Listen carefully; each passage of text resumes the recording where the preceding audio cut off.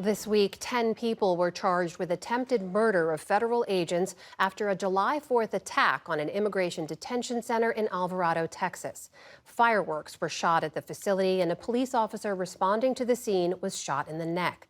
The acting U.S. attorney for the Northern District of Texas said that last week's events were, quote, an ambush of federal and local law enforcement officers. The charges come as immigration agents just received a major infusion of funding to carry out President Trump's deportation agenda. The big budget bill passed by Republicans includes billions for the Immigration and Customs Enforcement Agency, giving it more funding than any other federal law enforcement agency. But speaking at his cabinet meeting today, the president suggested that the administration might not need to spend as much as he thought.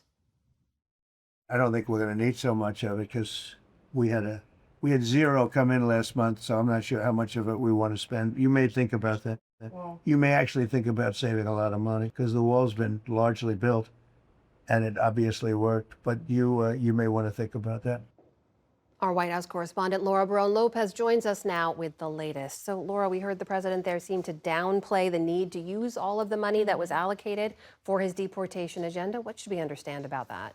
So the president is somewhat right in that the numbers of border crossings are down. It's not zero. According to his border czar, Tom Homan, the June 2025 numbers, just over 6,000 border crossings occurred compared to more than 83,000 during that same time in 2024. But it's not zero. Now, when it comes to whether or not the administration is going to spend the money that's allocated in this bill, the border czar, Tom Homan, as well as Deputy Chief of Staff Stephen Miller, have made very clear that they intend on spending the billions in this bill. Tom Homan said this week that they want to arrest 7,000 people every day for the remainder of the administration. So billions allocated in the bill. Break it down for us. Where are those billions going? So total, there's more than 160 billion that are going to immigration enforcement and the deportation operation. So when you break it down, that means 46.5 billion to building the rest of the border wall, 45 billion to immigration detention centers, nearly 30 billion to hiring and training ICE staff, and 3.3 billion to immigration court judges and attorneys. Now, some of those pots of money can be moved around. If they don't want to spend that much on the border wall, they don't have to. They can transfer it to other parts of ICE. But ICE plans to hire an additional 10,000 new agents to the tens of thousands they already have. And also, they want to have at least 80,000 new detention beds. So that increase in funding for ICE, for immigration enforcement, how unprecedented is that kind of increase? Well, it's incredibly unprecedented. I spoke to David Beer, who is the director of immigration studies at the conservative Cato Institute. And David Beer said that the administration has already moved a significant number of ATF agents, of DEA agents over to help immigration enforcement. And now this bill will dramatically increase ICE's capabilities on top of that.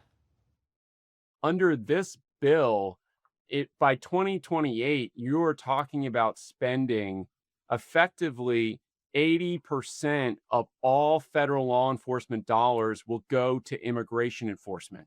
And so when you think about the scale that we are prioritizing this type of enforcement over all other types of crimes, everything you can think of is being deprioritized to focus on deportations, and primarily it's going to be deportations of people without any criminal record, without any arrest record.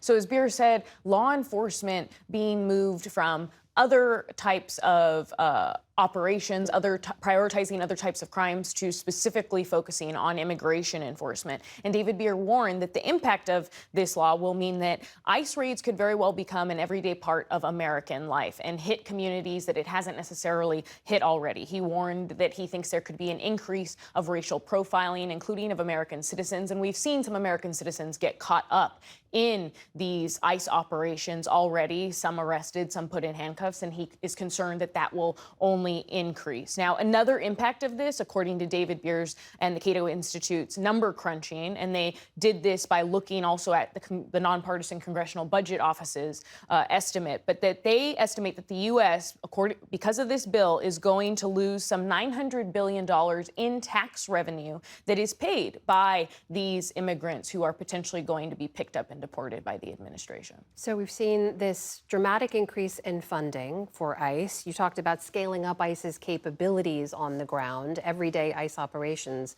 as David Bier said. What does that look like in practice? I spoke to a number of former ICE officials, Amna, and they said that reaching that additional 10,000 ICE agents, hiring up that many ICE agents, is not necessarily an easy feat, and that they could end up using the money to hire out contractors that could help ICE agents, that could supplement their operations. I spoke to John Sandwig, the former ICE director, and when he was looking at the big picture, he told me that this bill is ultimately going to allow the Trump administration to build an enforcement and deportation apparatus that is much harder for any future president to dismantle or to try to downsize.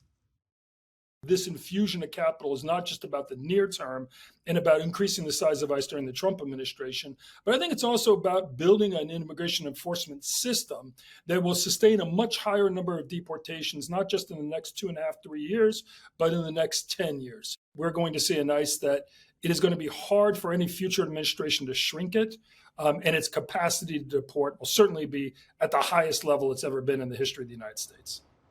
Now, John Sandwig and other former ICE officials told me that they expect private prison contractors to play a big role in creating these detention centers, those billions that are going to be allocated to detention centers. They expect that a lot of private prison companies are going to be getting the majority of that money in order to build out these facilities. And what they expect in the near term is soft-sided facilities. Those tent facilities like the Alligator Alcatraz in Florida are what is expected to be built more quickly because it's a lot harder to build brick and mortar facilities. Laura, you've reported on this during his campaign. Initially in office, President Trump said he was focusing on violent criminals, on public safety threats. We've seen ICE has gone far beyond that already. So who is and will be targeted for arrest moving forward? The bottom line, Amna, is that there is no way to reach that 7,000 daily arrests that Tom Homan in the administration is talking about without expanding